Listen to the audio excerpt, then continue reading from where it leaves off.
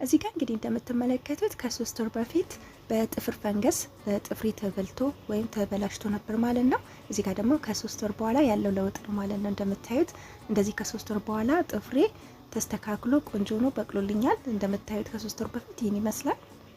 አሁን ደግሞ ያለው ሁኔታ እዚህ ጋር ነው ማለት ነው። እዩት እንዴት አምሮበት ቆንጆ ሆኖ ከበፊቱ የበለጠ የሚያምር ጥፍር ሆኖ በቅሎልኛል ማለት ነው። ሰላም ውድና የተከበራችሁ የቲጂ ዩቲዩብ ቻናል ተከታዮች፣ የዛሬ ቪዲዮ በጣም ጠቃሚ ስለሆነ ላይክ በማድረግ ጀምሩ። እንዲሁም ደግሞ ሰብስክራይብ ማድረግ አትርሱ።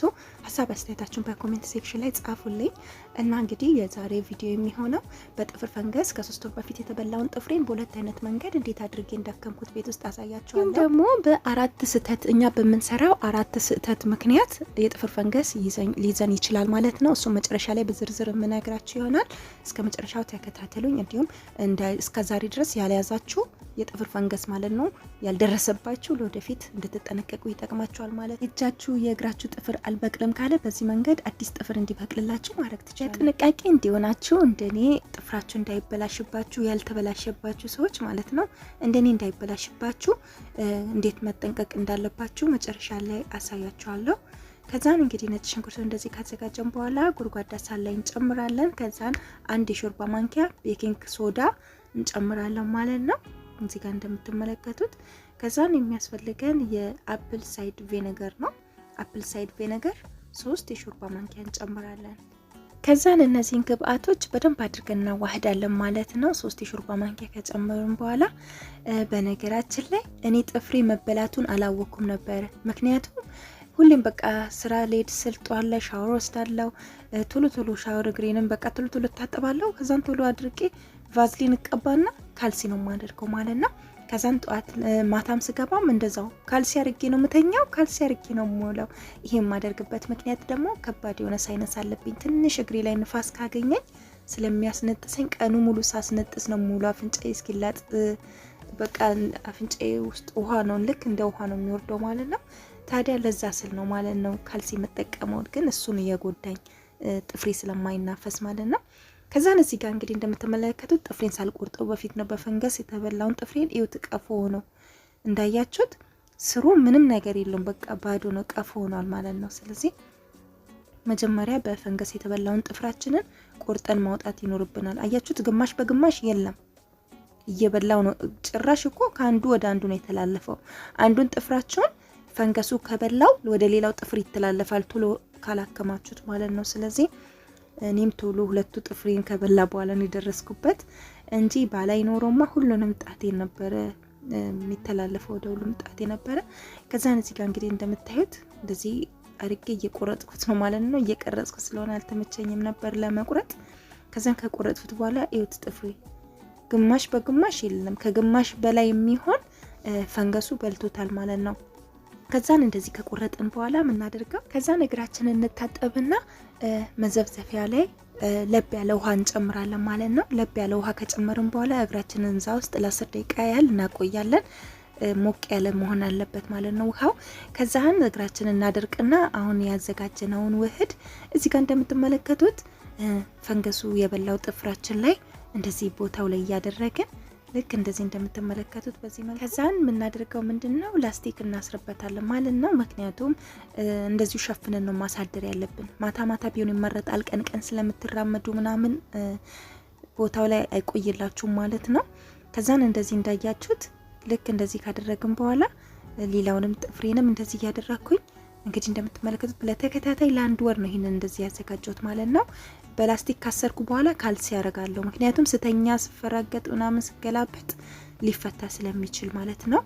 ከዛን እንግዲህ እንደምትመለከቱት ያው ነጭ ሽንኩርት ባህሪው ነው የጥፍራችሁን ከለር እንደዚህ ቀይሯል፣ ወደ ቢጫነት ይሆናል ማለት ነው ነጭ ሽንኩርቱ እንደዚህ ተጠቀሙት። ስለዚህ ምንም ችግር የለውም በነጭ ሽንኩርቱ ምክንያት ስለሆነ። ግን እዩት፣ ጥፍሬ እንደ አዲስ እየበቀለ ነው፣ ከስር እየወጣ ነው።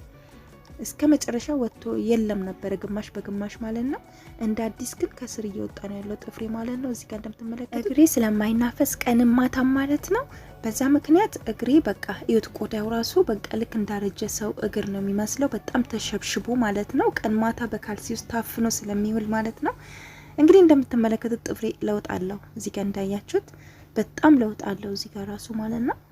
እና ነገር ግን በፈንገስ የተበላ ጥፍር ቶሎ በአንድ ሳምንት ወደ ሳምንት አይበቅልም። እሺ ማወቅ ያለባችሁ በፈንገስ ስለተበላ ለአንድ ወር ወይም ለ2 ወር ለ3 ወር በትዕግስት መጠቀም አለባችሁ ማለት ነው። ከዛን እንግዲህ እንደምትመለከቱት በተከታታይ አሁንም ይሄንኑ ነው ማድርገው ማለት ነው። ይሄንኑ በተደጋጋሚ እያደረኩኝ ለአንድ ወር ቆይቻለሁ ማለት ነው። በመቀጠል ከአንድ ወር በኋላ የተጠቀምኩት ሌላ ነው። ለምን መሰላችሁ? ይሄንን ሁሉ እያሰርኩኝ ስተኛ ጠቅሞኛል። ግን ምንድነው ሽታው አልጋው በቃ ሽታው ነጭ ሽንኩርት እየሸተተ ስላስቸገረኝ ሽታው ትንሽ ስለደበረኝ ነው እንጂ በጣም ለውጥ አይቼ ለአንድ ወር እንደዚህ እንግዲህ ጥፍሬን ካከምኩት በኋላ እንደዚህ እንደምታዩት ጥፍሬ እንደዚህ እየበቀለ ነው እየወጣልኝ ነው ማለት ነው። ልክ እንደዚህ ሲሆንልኝ ከዛን አንድ ፊሊፒን ጓደኛ አለችኝና እሷ ምን አለችኝ? በነጭ ሽንኩርት ብቻ ዝም ብለሽ ፈቅፍቂው እንትን እሺው ስታሺው ይበቅላል አለችኝ። እሷም ከዚህ በፊት ወጥቶባት ስለነበር እንደዚህ ጥፍሯ ተበላሽቶ ነበር 3 የጣቷ ጥፍር ማለት ነው። በዚህ በነጭ ሽንኩርት ነው ያከመችው። ከዛ ምንድነው ያደረኩት? እዚህ ጋር እንደምትመለከቱት በነጭ ሽንኩርት ጀመርኩኝ ማለት ነው። በነጭ ሽንኩርት ብቻ መሆኑ ደስ አለኝ ሽታም ስለሌለው። እንደገናም ካልሲ ላስቲክ ማሰር አይጠበቅብኝም። ቀንም ማታም በእንዚህ መልኩ መፈቅፈቅ እችላለሁ ማለት ነው። በቀን አንዴ 2 ብትመቻችሁ፣ ግን በየቀኑ አድርጉት። ከቻላችሁ በቀን 2 ብታደርጉ ጠዋትና ማታ በፍጥነት እድገቱ እንዲመጣ እንዲጨምር ማለት ነው። ፈንገሱ ያው ቶሎ ይገላል ነጭ ሽንኩርት ማለት ነው። በጣም ቆንጆ ነው። ከዛን እንደዚህ እንደምትመለከቱት ፈንገሱ የበላው ቦታ ላይ በደንብ አድርጌ ቦታውን እንደዚህ አሸዋለሁ ጥፍሬ ሙሉውን ማለት ነው። ይሁት እንደምትመለከቱት። በነገራችን አንዴ ጥፍራችሁ በፈንገስ ከተበላ ሌላ ወደ ሌላው ጥፍር ስለሚተላለፍ ቶሎ ማከም አለባችሁ። አያችሁት? አሁን እዚህ ጋር ይሁት በቀለ በቃ ጥፍሬ ማለት ነው። መጀመሪያ ላይ ያዘጋጀሁት ውህድ ለአንድ ወር እንደነገርኳችሁ ከተጠቀምኩኝ በኋላ እሱም ማዘጋጀቱ እንዲሁም ደግሞ ሽታው አልጋውን እያበላሽብኝ ስለሆነ ለዛ ብዬ ነው ማለት ነው። ሽታው ስለከበደኝ ይሄን በነጭ ሽንኩርት ብቻ መጠቀም የጀመርኩት። እናንተ ከሁለቱ አንዱ መርጣችሁ መጠቀም ትችላላችሁ። ታዲያ እንደምታዩት ጥፍሬ እንደዚህ እያደገ ነው። ነገር ግን ነጭ ሽንኩርቱን አላቆምኩም ማለት ነው። ሙሉ በሙሉ ጥፍሬ በቅሎ ቦታው እስከሚመለስ ቦታው ላይ እስኪደርስ ድረስ ማለት ነው፣ እንደ በፊቱ ማለት ነው። እስከዛ ድረስ ለ3 ወር ማለት ነው እንደዛ አድርጌያለሁ ማለት ነው። እና ይሄንንም በየጊዜው እየቀረጽኩላችሁ ነበረ። ምክንያቱም ለውጡን አይቼ ለኔ ከጠቀመኝ ለእናንተም እንዲጠቅማችሁ፣ ምናልባት እስከዛሬ ድረስ የጥፍር ፈንገስ ካልያዛችሁ ምናልባት ለወደፊት ሊይዛችሁ ስለሚችል ይጠቅማችኋል ብዬ ነው ይሄ ቪዲዮ። እንዲሁም ደግሞ የጥፍር ፈንገስ ይዟችሁ ጥፍራችሁ አልበቅልም ካለ ጥፍራችሁን ከበላባችሁ ማለት ነው ጥፍራችሁን በዚህ መንገድ አዲስ ጥፍር እንዲበቅልላችሁ ማድረግ ትችላላችሁ። ከበፊቱ የበለጠ የሚያምር ጥፍር ሆኖ ነው የሚወጣላችሁ። ታዲያ ይሄ ቪዲዮ ለሁላችሁ የሚጠቅማችሁ ነው። እና ደግሞ የጥፍር ፈንገስ እንዳይዘን እንዴት መጠንቀቅ አለብን ለምትሉ ደግሞ 4 መንገድ አለ። ከሱ እንድትጠነቀቁ ነግራችኋለሁ። 1 እግራችሁ የሚቆሽሽ ከሆነ ጥፍራችሁ በቆሻሻ ምክንያት ይመጣል ፈንገስ። 2 ደግሞ በእርጥበት ምክንያት ወይ ታጥባችሁ ሊሆን ይችላል፣ ወይ ደግሞ በአጋጣሚ ውሃ እግራችሁ ነክቷችሁ ጥፍራችሁ ማለት ነው ሳታደርቁ ስትቀሩ በዛ ምክንያት ወደ ፈንገስነት ሊቀየር ይችላል። እንዲሁም ደግሞ ካልሲ ቀን ማታ መታረጉ ከሆነ ልክ እንደኔ እኔን ያዘኝ እንግዲህ በካልሲ ምክንያት ነው። እግሬ ምንም አይነት ንፋስ አያገኝም ቀን ማታም እንደዛ ተጠቀማለሁ። ለዛ ነው ያዘኝ ማለት ነው። እናንተም እንድትጠነቀቁ። 4 ደግሞ ምንድነው በጥፍር ቀለም ምክንያት ነው። ጥፍር ቀለም አንዳንዶች አሉ ጥፍር ቀለም ወሩ ሙሉ በቃ ራሱ ለቆ እስኪያልቅ ድረስ ማያስለቅቁ ማለት ነው፣ ከጥፍራቸው ላይ ማስወግዱ ማለት ነው። ስለዚህ ጥፍር ቀለም ከ1 ሳምንት በላይ እግራችሁ ላይ መቆየት የለበትም፣ እጃችሁ ላይም ቢሆን ራሱ ማለት ነው። እና ምክንያቱም እዛ ላይ ኬሚካል ምናምን ነገር ስላሉት ማለት ነው እሱ ራሱ ጥፍራችሁን ይበላባችኋል ማለት ነው፣ ያበላሽባችኋል። የጥፍራችሁንም ቀለም ጥፍራችሁንም ይጎዳባችኋል። ስለዚህ ጥፍር ቀለም ከ1 ሳምንት በላይ ጥፍራችሁ ላይ ባታቆዩ ይመከራል ማለት ነው። እነዚህን 4 ዋና ዋና ነገሮችን በጣም መጠንቀቅ አለባችሁ። እና የዛሬ ቪዲዮ ይሄን ይመስላል። እንደጠቀማችሁ ተስፋ አድርጋለሁ። ይህን ጠቃሚ ቪዲዮ ለወዳጅ ዘመዶቻችሁ ሼር በማድረግ አድርሱ። ላይክ፣ ሰብስክራይብ ማድረግ አትርሱ። ባይ ባይ።